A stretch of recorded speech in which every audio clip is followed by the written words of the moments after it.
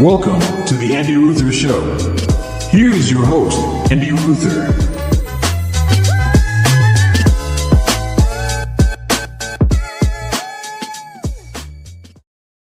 Welcome to the Andy Ruther Show. That is me, Andy Ruther, coming to you on this hot, muggy, warm, humid, sunny day here in Cincinnati, Ohio. I'm a little fatigued. That makes me tired too. Also, we got a sleep regression going on here at the house. It never ends, It never ends.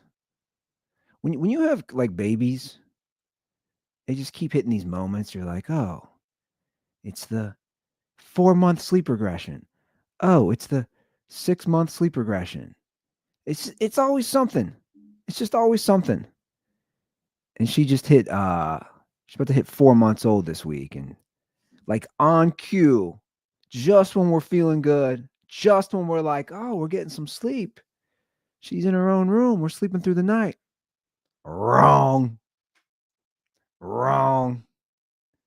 Yeah, so she's hit this 4-month sleep regression and just waking up at every few hours, wanted to eat a little, not go back to sleep. It's fun. Let me tell you how fun that is. Hey, I'm going to put you to bed at midnight. You wake up at 3:30. Don't eat as much as you should. Don't want to go back to sleep. Then do it again 3 hours later. No one tells you about this stuff. I know I say it all the time. No one tells you. No one's like, oh, yeah, by the way, right when you think you have it good with your kid, right when you think you're in a good spot with your baby, there's going to come this thing called a 4-month sleep regression. I feel like I'm missing everything. Because it's just you're dealing with the baby all the time. And my kid's in daycare. And we're going to get to that later in the show. Finally, people are starting to wake up and realize that the daycare costs are the most insane shit that no one talks about. No one talks about it. Finally, there's a video that I saw that got millions of views on Twitter. It's from somebody's TikTok. We'll get to that later in the show. But I am like the Diddy stuff. The Diddy stuff, I want to follow this, and I feel like I'm playing catch up. There's so much going on in the Diddy trial, which started. I just feel like I'm playing catch up. Like last night, I'm just up reading. My 2 girls are finally in bed, and I'm like, okay, just reading all these articles. I got TMZ, the New York Post, the Wall Street Journal. I got Twitter open. I'm like, what's going on in this Diddy trial? I got to catch up. And let me tell you, there is a lot to catch up on if you're following this Diddy trial. I don't even know where to begin. It's insane. It's absolutely bananas, this trial. And he is just, he is, what do you even describe him as? I was texting with somebody, shout out to DJ Sizzle last night. Because we DM each other a lot on Instagram about this Diddy stuff and the jokes and the memes. But I'm like, on a serious level, he's like diabolically bad. Diddy is, if you ever read the Bible, and I did because I went to Catholic schools my whole life. If you ever read anything out of the Bible, or let's say the Torah, if you're Jewish, which, by the way, total ripoff, right? Is that like the original plagiarism? Christians, Catholicism are just like, hey, you got this book called the Torah. We're going to take half of that and just call it the Old Testament. And then we're going to add some New Testament shit. like it's like the original plagiarism. We're going to take half of what you all did, and then we're just going to be like, you call it the Torah. We're going to call it the Old Testament. And we're going to add a new spin. It's like a remix, which is fitting for Diddy, the king of the remixes. But like, if you've ever read any of that stuff, it's almost like biblical evil. And when I look at his face now, I'm like, you're almost something you would read out of a Sodom and Gomorrah, like, just like where God rains down in the Bible, and it's just like because somebody was so evil. Like that's how he seems to me now. You read these things, the trial got started. It's just it's wild, right? It's like, where do you even start? And we all knew he was having the freak offs at this point. We all knew it was just wild sex parties, drug laced, rape, sexual assault. But like to the degree, I don't think we realized until people started taking the stand, until Cassie started taking the stand. These male prostitutes that Diddy would fly in and took the stand. Just the graphic detail. Just like total freak. Just like to the point. Here's my thing with Diddy. It's like he couldn't just be happy with just like orgies. Right? Like he had to like, it'd be like, hey man, I want some pizza. And then after you get the pizza, you eat some burritos. And then after you eat the burritos, you want burgers. And then after the burgers, you want Chinese food. And then after the Chinese food, you're like, I'm kind of in the mood for some seafood now. And then after the seafood, you're like, I could really use some Italian. And then after that, you're like, maybe I could use some, like he just couldn't stop. It was just like one thing after the other and just pushing it. And the reason I bring up like the biblical stuff of like, there was never a moment where he was like, I feel gross. Like that's what Cassie was saying in her testimony. Like, I feel gross. I felt disgusting. He never had that. And that to me is a psychopath. That's a diabolical person. There was never a light bulb moment where Diddy was like, yeah, maybe I should stop paying male prostitutes to pee in this girl's mouth. Maybe I should stop blackmailing people, blackmailing her, assaulting her, controlling her. And it was all just so well orchestrated if you read this stuff. Everything from like the outfits that were picked out, the drugs, and just everything was just like one, you just like everything was going next level if you read it. And again, like I don't even know where to start. I mean, let me just do some headlines. These are just the headlines. New York Post headline from 3 days ago. Male escort was paid thousands of dollars to have sex with Cassie while Diddy watches, he testifies on day one of trial. Here's a tweet from day one of trial. Sean Combs' sex trafficking trial kicked off today. Prosecutors claim Combs' ex-girlfriend Cassie Ventura was forced to let a male prostitute urinate in her mouth. Combs allegedly filmed it for blackmail and threatened to destroy her career. Cassie's expected to testify in the upcoming days, and she has since. Okay, Diddy trial. Another post. Diddy trial update. Sean Combs allegedly paid a hotel security guard $100,000 in a brown paper bag to stay silent about the assault on his girlfriend, Cassie Ventura, in 2016. He was looking to prevent the release of the security footage, which we know was released. That's the epic security footage of him beating the hell out of Cassie, which CNN released. So now it's revealed he paid some, and this is what he would do. He was worth all this money. He's worth all this money, I should say. He paid the dude, security guy, $100,000, $100,000 cash, straight cash, homie, to just hide the security footage. So it all tracks. He's doing all this evil stuff, all this wicked stuff, and he's just paying people off. Like here's the thing, man. At some point, all these people around him, like I talk about him being diabolical. None of them at some point were like, all right, man, this is going too far. Like, I can't be getting paid off for this. It's crazy what money will do to people. Like, you just let this stuff slide.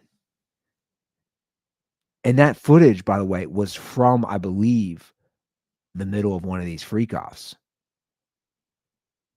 I mean, look, it's what's crazy to me is, again, I'm talking everything from Twitter, New York Post, TMZ, to the Wall Street Journal. Like everybody, even like something like the Wall Street Journal, everybody's covering it. And Diddy's just a freak, man. He would like, he would like when male prostitutes would have sex with Cassie, and after they would ejaculate, he would bring her in a room and have her rub that all over his nipples. Just like wild stuff. Like that's not something you see. Like here's the thing. You hear about all this Hollywood stuff and you hear about all these type of parties, or you see a movie like Eyes Wide Shut and you're like, is that real? Yeah, it is. I guess it is. I never really saw that when I was out there. Not that I was hanging out in this scene. But this stuff is just it's next level what Diddy was doing and setting up all these things and just being a total voyeur. That was his big thing. Is he would fly in these male escorts, like, and he would orchestrate like he was a director, like he was Steven Spielberg. Here's something from testimony. He said, "Y'all need to rub more baby oil on each other. You don't have enough on." Combs allegedly told Cassie and a male escort, Daniel Phillip, while a hip hop mogul masturbated in the corner. Phillips testified Monday in federal court. He would just tell us to put more on. Phillips said he was paid up to $6,000 a pop for these sex sessions, which went on for a few years and could last as long as 10 hours because he was fueling them with drugs. And we've gone over that. Like he would do it in hotels. He would go over to their houses, just destroy stuff. I've said it before and I'll say it. Like, I don't know. How did he have the time for all this? Just drugs? That's the only reason, right? Like it's the only explanation? Just drugs? Like, how did he have all the time? He's producing albums. He's putting out his own albums. He's acting. He's got a million different businesses. How do you got time for the freak off? Dude, just be like my daughter. Take a nap. Dear God, man. Take a siesta. Can't stop, won't stop. Yeah, apparently. Dude could never stop. How many people knew about this? That's what I always come back to. You can't keep everybody quiet. This many people knew about it. But here's a question I want to bring up. This is all pretty gross stuff, and I consider myself pretty open-minded on this stuff. But like, this is next level. Well, again, what I would call biblical, diabolical, just like evil, wicked type of guy. Is this sex trafficking? And that's what he's being tried for. That's what the prosecutors are trying. Like, is he sex trafficking? I know people say, well, he is. I had this discussion with my fiance last night. And she's like, I don't know if it's sex trafficking. And it's interesting hearing that from a woman's perspective, because he's abusing women. He's taking advantage of women. He's doing all these awful things to women. And she's saying that as a woman, she's like, is he sex trafficking? And if you look at the testimony, it's like Cassie would say she did stuff consensually. Now, I'm assuming she was given drugs. Sometimes probably didn't know. I think everybody was. But it's like, that's the case. That's why it's an interesting case. That's the case that his defense is making. Like, they don't shy away. If you read it, Diddy's lawyers don't shy away that he's an awful person. Like, they're openly saying that he was an awful person. They don't shy away. Like, that's kind of their case. Is he abusive? Was he a bad man? Is he a total freak? Yeah, he's all of those things. Is he sex trafficking women? Did women have the ability to leave the situation? Were they being held against their own will? I mean, look, it's an interesting case for, when it comes to that stuff. And that's kind of going to be their argument as all this stuff plays out is, was Diddy holding them hostage? Now, similarly, we saw this with R. Kelly, and a lot of the girls were underage. I don't know about Diddy's case, if a lot of them are underage. But yeah, it's like nothing was ever enough again with Diddy. He just wanted more and more and to push the envelope more. And it didn't matter, guy, girl, like the dude just wanted to get off. He just wanted to get off. It didn't matter. He wanted to watch. He wanted to be a part of all this stuff. And he used the Epstein model. He blackmailed and he filmed everything. I'm laughing a lot, though, at 50. 50 Cent is trolling hard. 50 Cent's hilarious, by the way. 50 Cent has trolled the Diddy thing from like day one. 50 Cent has. It's pretty funny. Because something else just came out on Diddy. And this isn't even related. This is another lawsuit. This came out yesterday. Diddy sued. Someone claims, this is the TMZ headline, he raped me with Tootsie Roll sized penis. Guys, this is real life. This is not fake. This is real life. This is real news. We literally have, I'm going to pull it up right here. We literally have the actual case.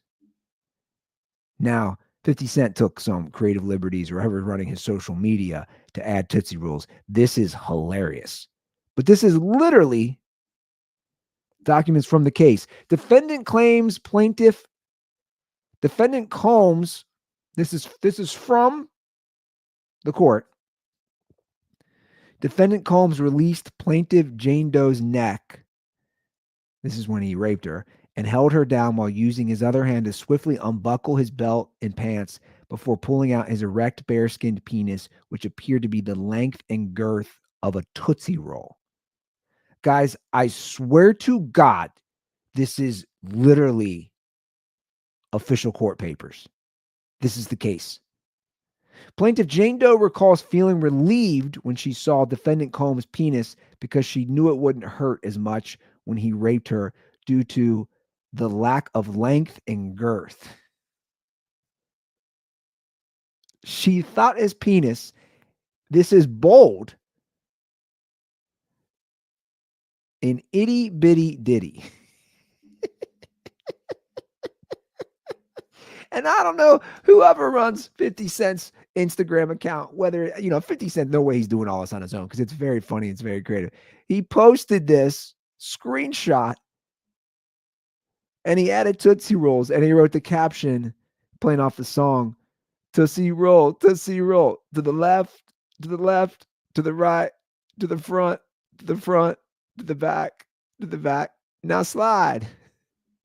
LOL. That's why he in the corner masturbating. And if you go through 50 Cent's Instagram, which is, again, I just think hilarious. He's just been trolling. He's been trolling Diddy forever, but he's just trolling nonstop. He's trolling Jay-Z. 50 Cent just doesn't care. He doesn't care at all. And he's letting him hear it. And, he's going to just keep doing this stuff as the case goes on and on. But again, Diddy, man, all jokes, just a total monster. We still don't even know what happened to Kim Porter, his ex, the mother of his children, some of his children. She just magically died. And on top of that, if you want to get conspiracy theory, if you want to get conspiratorial, how do you say that? Is that even a word? They claim that legendary music producer, this is the conspiracy, Clive Owen groomed Diddy. They claim that Clive Owen did all this stuff to Diddy. Legendary music producer. Was he in his 90s? How old is he? No, Clive Owen's the actor. I was wrong there. Sorry. Clive Owen is the British actor. It's Clive Davis, Andy. Not Clive Owen. Clive Davis is 93 years old. 93 years old. He's produced everybody. Who all has he produced? Whitney Houston? Is that Santana? He's produced so many people. He's won 5 Grammys. Anyway, the rumor is that he did all this stuff to Diddy, and you know how abuse and people who are physically and sexually abused, it the cycle repeats itself. That's the rumor. That's just a conspiracy. Look, I got 2 little girls, 2 and under. I haven't had time to delve into this enough to get into that. I'm just trying to catch up on the Diddy trial. See all weird stuff he's doing, just jacking off in the corner. I keep going back to, you think Chappelle knew any of this stuff? That's what I wonder. Because obviously he mocked Making the Band, which was hilarious, and he spoofed it. And he had Diddy in it. Didn't he? Did Diddy make a cameo in that episode of Chappelle's show, Making the Band? Here's what's crazy. If you go to Making the Band, the spoof on Chappelle's show, he's saying stuff Diddy would probably do. What does he say? Go down and get me some Cambodian breast milk or something wild. It's hilarious. He's talking about getting a sugar cookie. And then he's drinking the breast milk. Is that just reality? Was Chappelle spoofing it? You got to wonder, right? Did he know any of this? Because obviously Dave was around the scene. That was 2003, 2004 when that episode came out. I don't know. Did Chappelle know? I'm not saying people who knew are guilty of stuff. Here's the thing.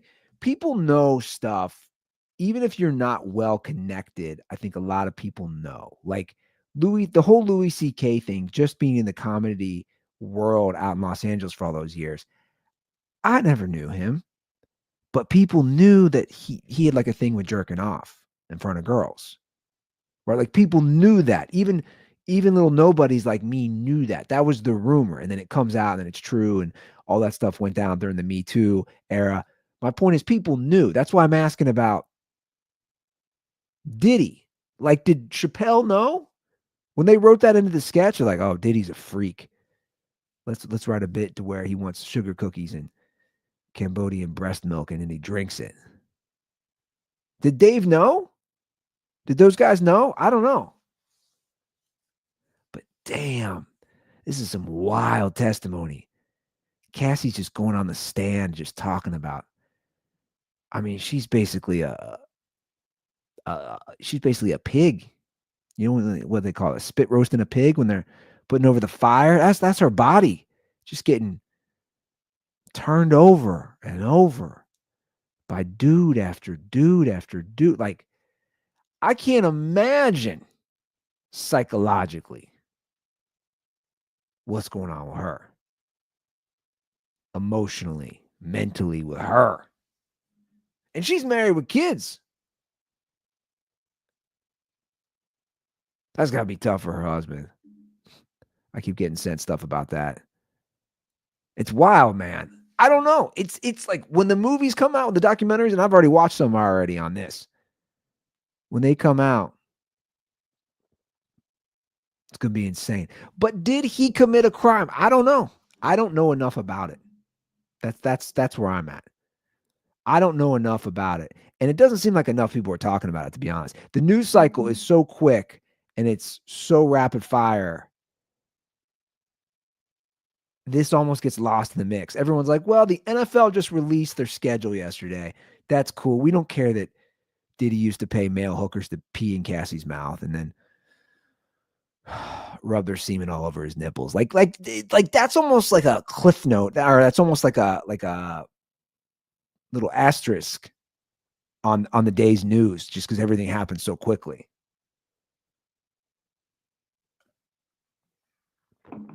As someone who loved and watched the O.J. Simpson trial so closely, Like, this gives it a run because there's just so much to it. It really does. Gives it a run for money. But he, again, is he's just an awful person. Evil. Now I look at his eyes and I'm just like, you're just a bad man. I don't know. Okay, I just put in Diddy into Twitter right now just to see what was going on. Diddy trial update. This is from an hour ago. Freak-offs may have resulted in a major herpes outbreak among participants. Shocking there. Nope. Cassie confirmed she engaged in sex acts with Jonathan Audie. Audie says he sued Diddy after he contracted herpes. Video below. Okay, so there's a video on this. Audie said he agreed to the NDA in exchange for $5 million. Cassie said on the stand that she would often get mouth sores after freak-offs. She did not disclose having the STD, though. Interesting enough, singer Usher was sued by 3 sexual partners after they claimed they contracted herpes from him. Oh, that's great. They're all just spreading herpes everywhere. Those lawsuits went away. Usher was a close friend of Diddy's. Oh, she's trying to connect these. I see what you're doing here, homegirl.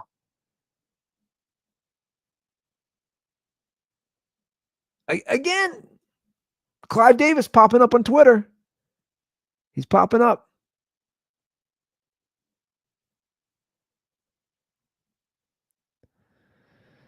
Very interesting stuff. I don't know, guys. There's a lot here. I'll keep following it. It's pretty disturbing stuff. You know what else is disturbing? The hospital bill we got today. Hospital bill we've been getting for our baby. I want to rant about that for a minute. We'll move off the Diddy talk and talk about another thing that's on my mind is wow, having a baby's expensive, huh? Holy shit. Even with pretty good health insurance, they really just give you the middle finger, huh? Guys, we're going through this right now. We got the hospital bills for our second little girl. I have it right here. The hospital bill. Let me just read this. The hospital bill for our daughter, who mostly clean, as far as like smooth, I should say, the birth, the C-section. She did have to spend about 24 hours in the NICU, but outside of that, we were home on time, nothing crazy. The hospital bill after insurance, pretty good health insurance. My fiance has. She works for University of Cincinnati. She is a pharmacist, as a lot of you guys know. So look, she works in the healthcare business. She works at a university. Pretty good health insurance is what I'm saying. The bill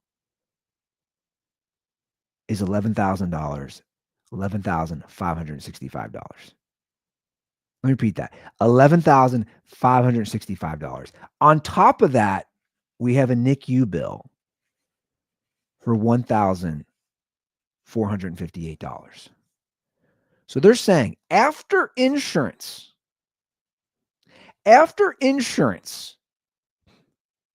we owe them to have a kid. And again, a mostly smooth birth. It was a scheduled C-section, all that, minus a minor hiccup with the NICU. After all that, they're claiming we owe them $13,000 to have a child. $13,000. They're claiming the cost between my fiance and my daughter before insurance was $66,000. And they're like, oh, you're only going to have to pay 13 of that. $66,000. It's laughable. It's absolutely laughable what they think they're going to get. First of all, Definitely not paying that. Guys, 13th, you want to hear something funny? I call up there because we got the bill like a month ago, and I know how this works. For you guys who've never been in a situation, I'm going to give you a tip. One, everything's negotiable. Everything. That's life. Everything is negotiable. Everything. So we get the bill. I call up there and I say, I need an itemized list of this so we can pull up our health insurance. I need an itemized list of what all you guys did. You're claiming we owe $13,000 after insurance to have an 8-pound baby girl. So she's like, I'll send that your way. And she goes, well, you can apply for financial assistance. Well, here's the problem. We earn too much as a household. We won't qualify for that. So like they give financial assistance to people who definitely need it, and I'm all for that for the record. But we're not in that world right now. We're not in that. But so we make too much for financial assistance, but also a $13,000 hospital bill is insane, and I don't, have a disposable 13 grand right now to just pay for that. We don't have that. Just like right now, a big lump sum, 13 grand. So she says to me, she straight up says to the woman on the phone of the hospital, says to me, yeah, I don't know how I'd pay that either. Straight up says that. Like, I don't know how I'd pay that either. But you can qualify for financial assistance. Well, we make too much for that. Oh, sorry, you guys are screwed. But I'm not worried. The good news is, a lot of people don't realize this. The good news is that, one, if anything ever goes to collections, it can't ding your credit.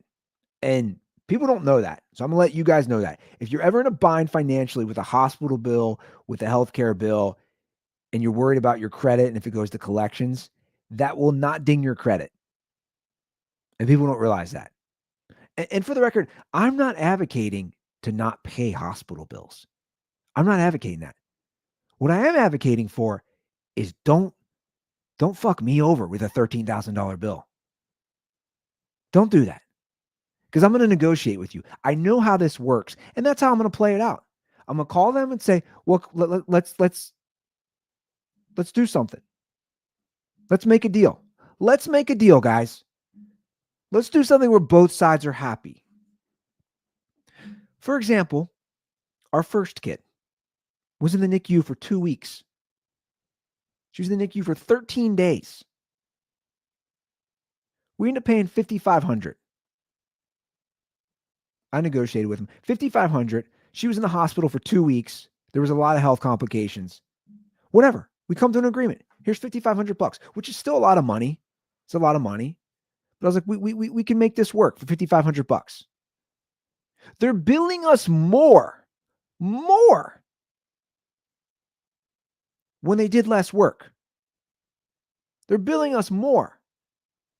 It makes no sense. And I said that to her on the phone, and she gave me some BS answer. Now she's some peon, but I'm like, this doesn't add up.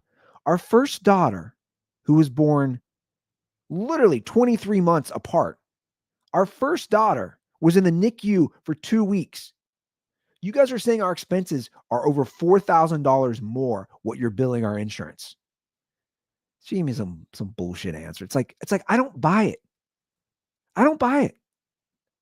You wonder why nobody wants to have kids. I mean, this is insane. It's absolutely insane that you think you're going to send these type of bills. She literally said that on the phone herself. Yeah, I don't know what I'd do in your situation. I wouldn't be able to afford a $13,000 bill. Cool, so let's negotiate it. Let's break it down. Where can we meet in the middle? How can we make this work? And here's the thing, guys. You wonder why people hate, and I mean hate. And what's interesting is it crosses political aisles. It's one of the few things where both people on the right, people on the left, conservatives, Republicans, moderates, people in the middle, everybody agrees that the insurance companies and a lot of these hospitals, they're bad people. They're bad people. Diddy might get the the easy, you're bad, you're evil, all these things, and here's why. And we just went over it. I went over it. But I'm like, but no, you're bad people. You're like sending me a bill for $13,000 after insurance, after everything has gone through the system. But you hide it behind a piece of paper and numbers. You're a bad person. You're a bad person. And that's why somebody caps the CEO of a healthcare provider. That's why it happens. And by the way, I'm not justifying or I'm not saying go cap CEOs. Go out there and start capping people. But I'm also not saying that they're good people. That's my point. That's my point about all this. Is like, you can't charge this much and expect people to pay it. Again, we do fine. I'm not saying I should get a free bill. There's doctors to pay. There's nurses to pay. There's people. Things cost money. It is a giant surgery. It's a C-section. It's a thing. It's not minor. It's a major thing. We should pay money. It should be a few $1,000 for sure. I get that. I'm ready for that. Don't bend me over, dude. Don't treat me like I'm buying a car. Because you know what? I know how this works. And I'll probably just say that to them. Like, guys, I know how this works. This can't ding our, like, if you guys want to be assholes, let it go to collections. What most people don't realize is you have the power. You do. That's why I'm talking about this. Like, just realize you have the power to negotiate. You have the power now that they don't affect your credit score and affect garnishing wages. You have the power. And I'm going to just straight up say it to their face. You want this much. I'm saying you're insane. Let's come to a compromise. And if they say no, I'll say, cool, collections. I'm a fair person, I think. I'm an understanding person. I'm a practical person. This is not practical. These bills they send people are not practical. And that's why people snap and they gun down a CEO. That's why. Like you have to see why people do that. I'm not justifying. I don't want anybody to get murdered. I don't like, that's just not my thing. I try to stay away from violence for the most part. My point is, I understand. I understand why these things happen. That's all I'm saying. I understand. I guess somebody could come to me and say they don't have kids. Okay, that's okay. I guess that's a response. Don't have kids. Cool. That weird. But it's not even just kids. It's anything going to the hospital. And again, it's with insurance. Get better health insurance. Okay, cool. Like it's all these things with kids. And that would lead me to the daycare thing that I alluded to earlier in the show. I saw this post last night on Twitter about daycare cost, and it has 6.1 million views. It's a TikTok video of a woman talking about looking for daycare for her 6-month-old in Boston. I'll just play it.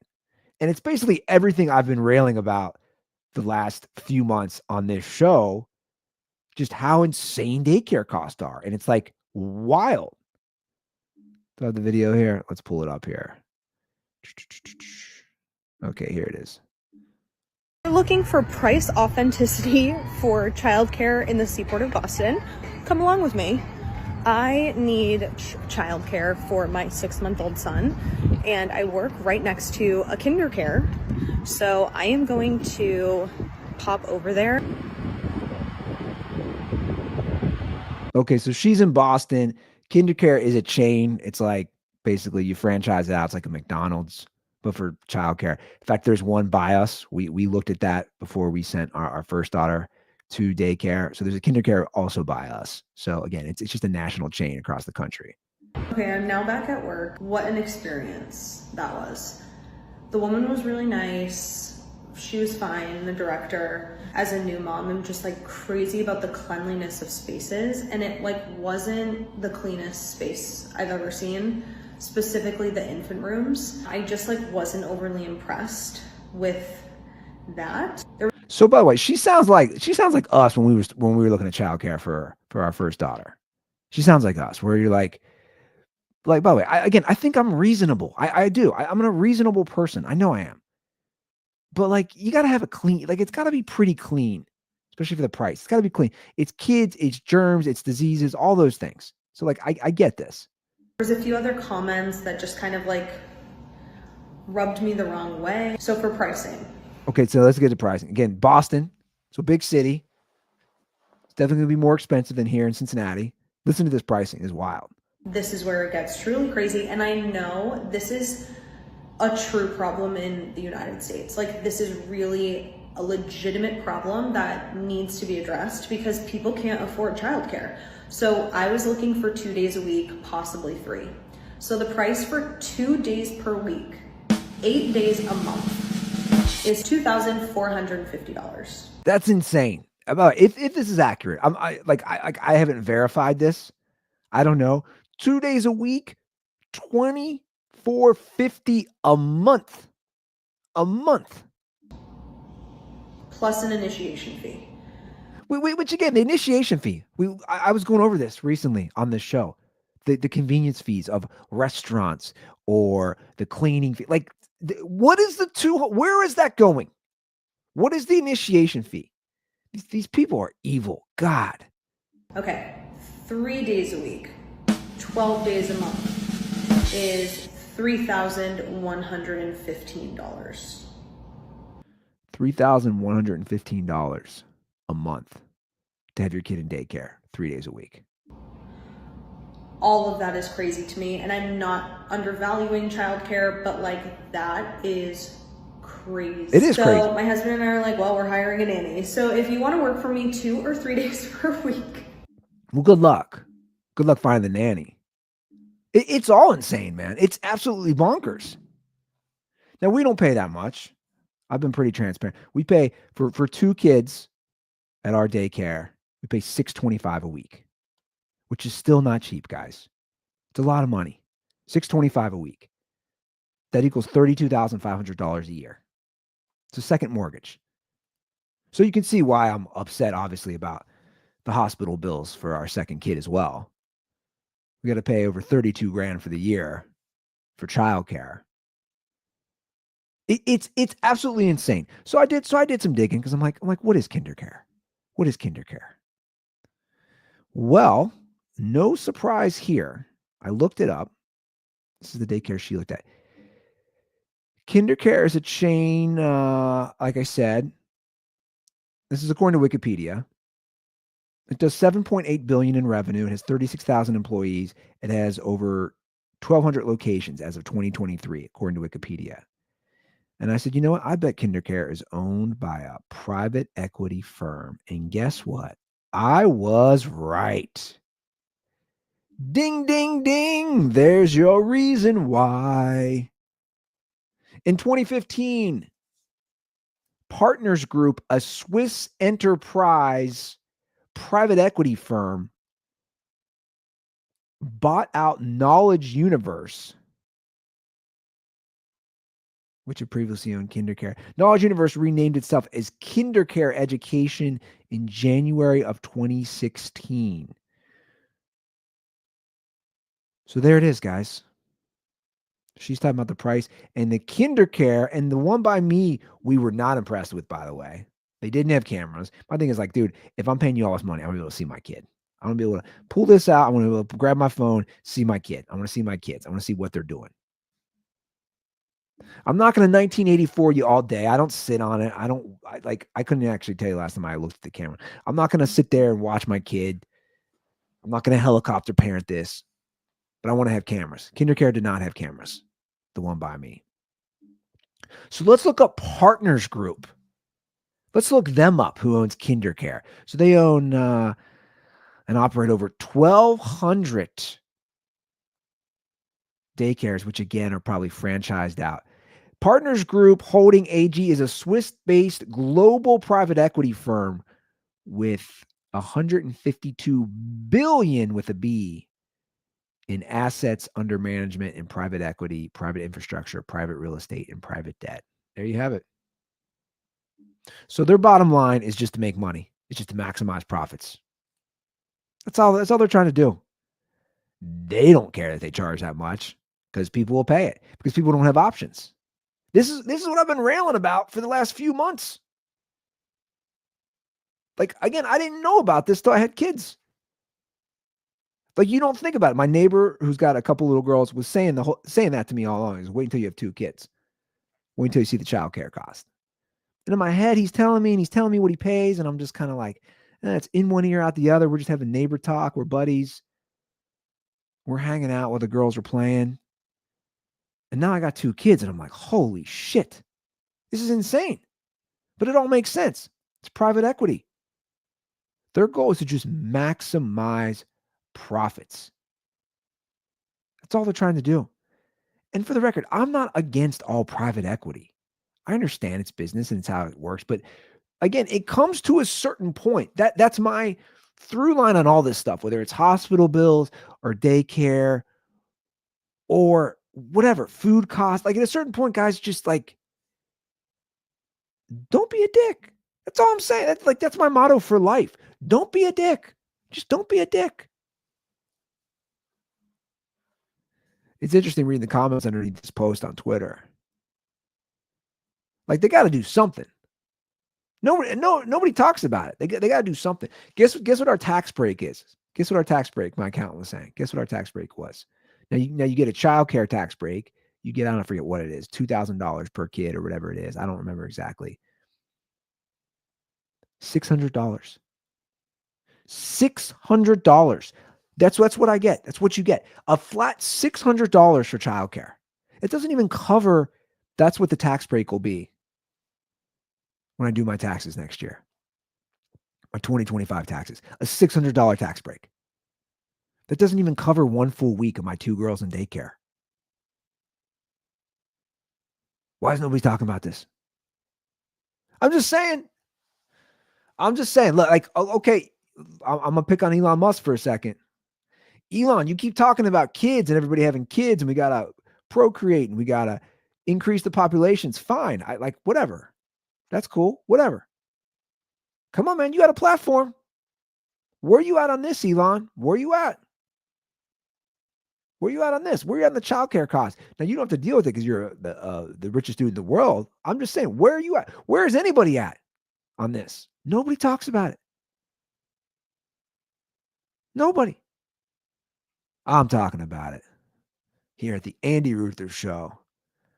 What an episode. I covered Diddy, healthcare, and daycare. I'm all over the map.